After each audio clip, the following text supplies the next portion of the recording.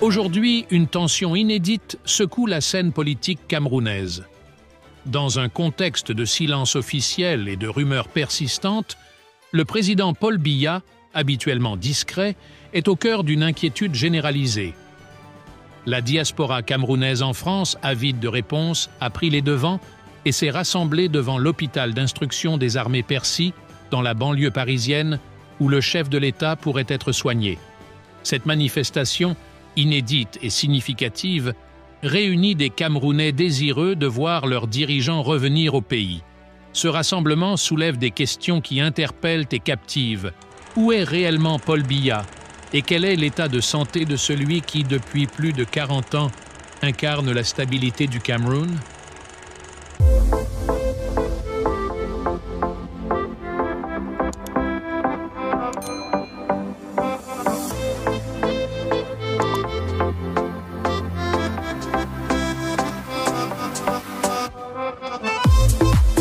Le mystère commence début septembre, lorsque le président Biya quitte la Chine après un voyage officiel.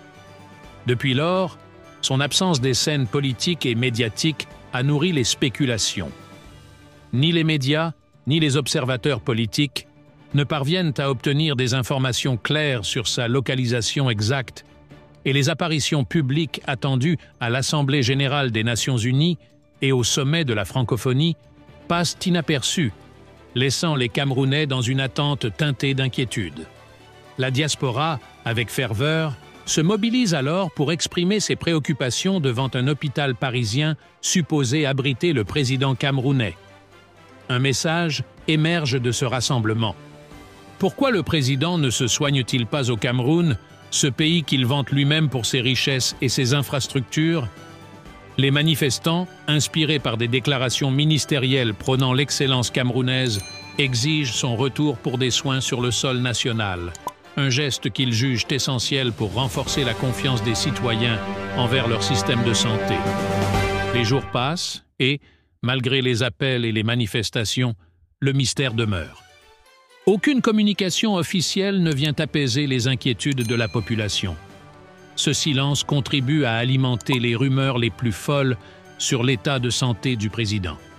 Certains manifestants, faisant preuve d'un humour acerbe, proposent même des pancartes où l'on peut lire « Paul Biya, reviens-nous en forme » ou « Dis-nous si tu prends des vacances prolongées à Paris ».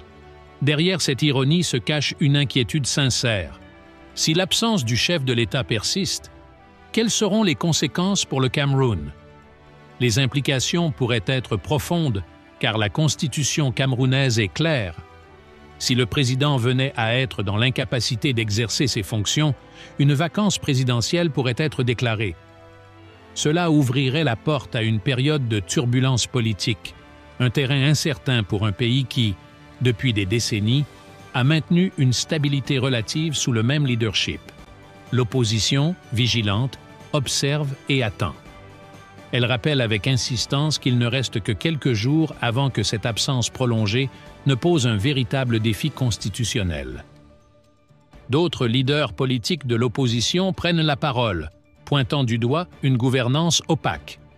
Ils critiquent le manque de transparence autour de cette situation qui, selon eux, s'avère inquiétante pour l'avenir de la nation. Les voix se lèvent pour demander plus de clarté, des explications et surtout une prise de position franche de la part du gouvernement camerounais. Un silence qui, pour beaucoup, semble renforcer l'idée d'un malaise institutionnel. La diaspora camerounaise, tout comme les citoyens sur le territoire national, est témoin d'un tournant politique. Si le président venait à ne pas rentrer, la Constitution prévoirait une éventuelle transition. Cela marquerait le début d'un processus inédit dans l'histoire du Cameroun. Les experts soulignent qu'une telle situation pourrait être l'occasion pour la nation de repenser sa gouvernance et d'entamer un dialogue inclusif centré sur la modernisation de l'État. Cependant, Dans cette atmosphère tendue, il est essentiel de rester prudent et de ne pas céder aux spéculations. La déontologie journalistique nous impose de relater les faits avec justesse, sans sensationnalisme, tout en restant attentif aux évolutions.